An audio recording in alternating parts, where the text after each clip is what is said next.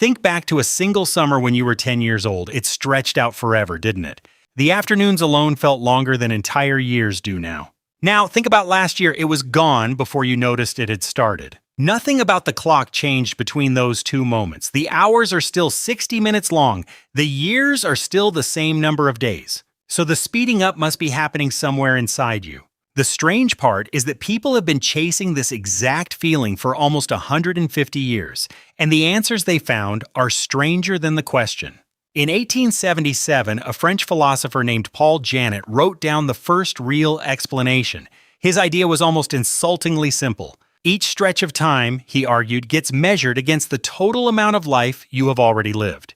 When you are 5 years old, a single year is 1/5 of everything you have ever experienced. That year is enormous because you have so little to compare it to, but when you turn 50, that same year is only 1/50th of your life. It shrinks, not in hours, but in proportion. A summer at 10 is a huge slice of a small pie. A summer at 50 is a sliver of an enormous one. Janet called this the proportional theory, and for a long time it was the only answer anyone had. It feels true the moment you hear it, but feeling true is not the same as being the whole story. Nearly a century later, an engineer named Robert Lemlich tried to pin Janet's hunch to actual mathematics. In 1975, he published a short paper with a quietly devastating conclusion. He proposed that subjective time runs not by the year, but by the square root of your age. That sounds abstract, so let the numbers do the talking. His model predicted that the span from age 5 to 10 should feel about as long as the entire stretch from 40 to 80. Read that again. 5 years of childhood, balanced against 40 years of adult life. Half of your felt life by this math may already be over by your mid-20s. Lemlich tested it by polling young and old people about how fast time had moved at different ages. Their memories lined up unnervingly well with his equation. Modern surveys keep finding the same pattern across thousands of people. When William Friedman and Steve Jansen polled nearly 2,000 adults in the Netherlands and New Zealand, the verdict was nearly unanimous. Respondents of almost every age said time seemed to be passing quickly. The feeling is so universal, it barely counts as an opinion anymore. It is closer to a law of the human mind. But a law is not the same as a cause. Knowing time speeds up tells you nothing about why or whether you can fight it. For that, you have to look inside the machinery of memory itself. And the machinery has a logic that is almost cruel in its efficiency. And yet even that tidy formula could not capture everything. Because if a clean ratio were the only factor, time would speed up perfectly smoothly, year after year like a slow exhale. That is not how it actually feels. It feels lumpy. Some years crawl and others evaporate without leaving a mark. A year of heartbreak can feel endless while a comfortable one disappears. The ratio cannot explain that, so something else must be going on. The proportion of your life is only the stage. What actually fills it is memory. Back in 1890, the psychologist William James had already spotted what the ratio was missing. James pointed out that childhood is stuffed with first experiences. Your first ocean, your first thunderstorm, your first taste of something bitter. Every one of those firsts forces your brain to stop and record everything in full. James believed it was this density of new memories that made early years feel so long in hindsight. And adulthood, he warned, slowly drains the world of novelty. The days grow smooth and similar, and they begin to collapse into each other.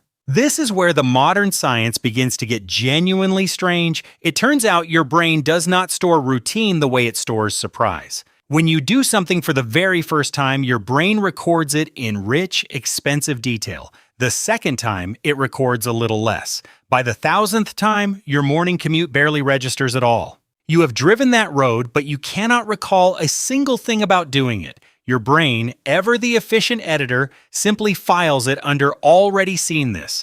Memory researchers call this chunking, and it quietly erases enormous stretches of your adult life. Think about how much of an ordinary week you could actually reconstruct. Probably the one strange thing that happened and almost nothing else. The familiar simply does not get saved. It is overwritten by the next identical day before it ever becomes a memory. Imagine a photo album where every page after 30 looks the same. That is roughly what your brain hands you when you try to look back. Routine is, in a very real sense, time you will never get back to remember. The days you forget are the days that make life feel short. and you forget them precisely because they ask nothing of your attention. Here is the unsettling consequence of all this editing. When you look back on a year, you are not measuring how long it lasted. You are measuring how much of it you can actually remember.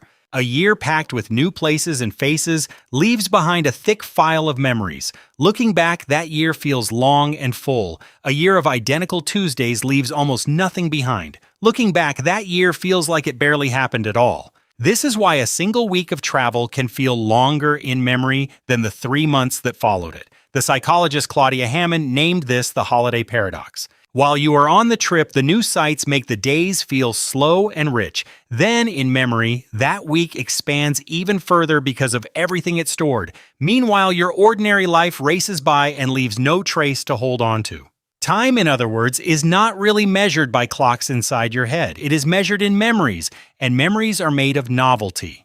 There is even a fingerprint of this hidden in the shape of human memory itself. When researchers like David Rubin asked older people to recall their lives, the memories were not spread out evenly. They clustered, strangely, between the ages of roughly 10 and 30. Psychologists call this the reminiscence bump. It is the window when most of your firsts happen. First love, first job, first apartment that was actually yours. The first time you realized your parents were just people. After 30, the firsts grow rare and the memories thin out. Your life, in a sense, slowly stops writing things down. The pages keep turning, but fewer of them get any ink. It is not that nothing happens to you after 30, it is that your brain has decided it has seen this kind of thing before. Marriage, careers, even children eventually settle into rhythm. And rhythm is exactly what your memory throws away.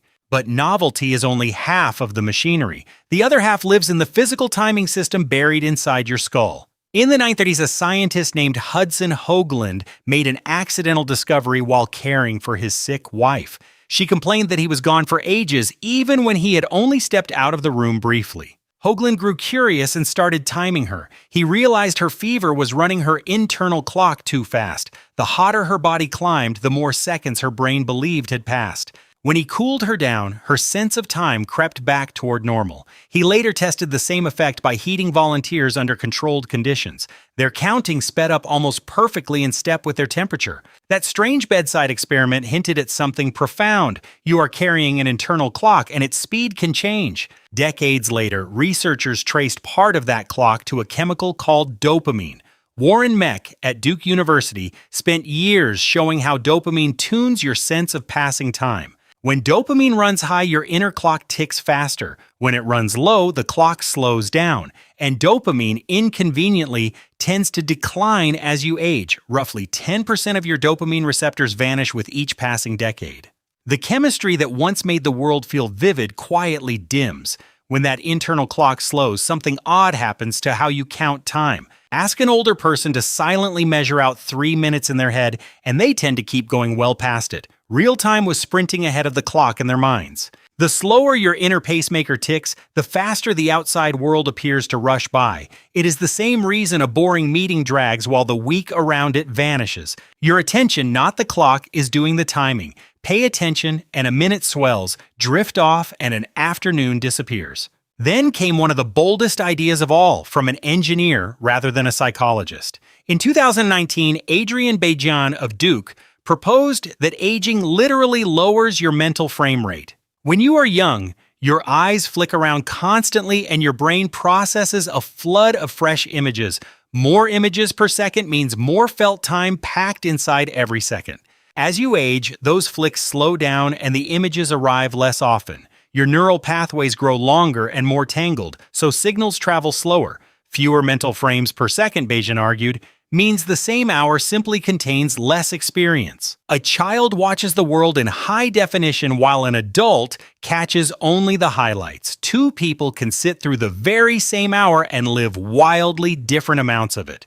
The child experiences a long, detailed film, and the adult a quick summary. If this is the kind of question that keeps you up at night, you are going to feel right at home on the rest of this channel. Now think about what all of this means for the way you are living right now. There is a small experiment that reveals the whole trick in a single moment. Show someone a row of identical images, then slip one odd image into the sequence. The odd one out seems to linger on the screen noticeably longer than the rest. David Eagleman and his colleagues called this the oddball effect. Nothing about the actual timing changed. Your brain just pays more attention to the strange thing, and attention stretches time. The familiar gets compressed, and the novel gets stretched out. Your brain is not measuring seconds, it is measuring surprise. Eagleman then tested that idea in the most dramatic way imaginable. He dropped volunteers backward off a tower in free fall, 15 stories down. During the terror, time seemed to stretch and slow for them, the way it does in a car crash. So he gave them a special watch and asked them to read a number that flickered too fast to see normally. If their perception had truly slowed, they should have been able to read it. They could not. Their actual perception had not slowed down at all. Fear had simply made their brains record the fall in extraordinary detail. More memory laid down meant a longer event in hindsight. Slow time, it seems, is not about the clock at all. It is about how much you bother to notice. Which means the racing years of adulthood are not a sentence you have to accept. They are partly a habit, the quiet habit of repeating yourself. The brain speeds up time as a reward for predictability, and you can simply stop being predictable. Every time you take a new route home, your brain wakes back up and starts recording again. Every unfamiliar meal, every awkward first attempt, every place you have never stood before lays down fresh memory. Learning a language, a route, an instrument forces your brain back into high definition. Travel works for the same reason, which is why a week abroad feels like a month. Even small disruptions help, like rearranging a room or meeting someone new. You do not need to skydive to slow time down. You only need to give your brain something it has not already filed away. Anything that makes your brain stop coasting will slow the years back down. The richest lives, it turns out, are not the longest ones, but the most surprising. There is a strange comfort buried in all of this. It means the speed of your life is not fixed by your age. It is set day by day by how awake you are willing to be. This is the quiet revenge you can take against a speeding life. You cannot add hours to the day, but you can fill those hours with things your brain has never seen before. The child who found a whole universe inside one summer was not living longer than you. They were simply paying closer attention to all of it. Children are not granted more hours than you. They have simply not yet learned to stop looking. The firsts do not have to end at 30. They just stop arriving on their own and start asking to be chosen. The years will keep getting shorter for as long as you let them blur together. So the real question was never why time speeds up. The question is how many of your days you are actually deciding to remember.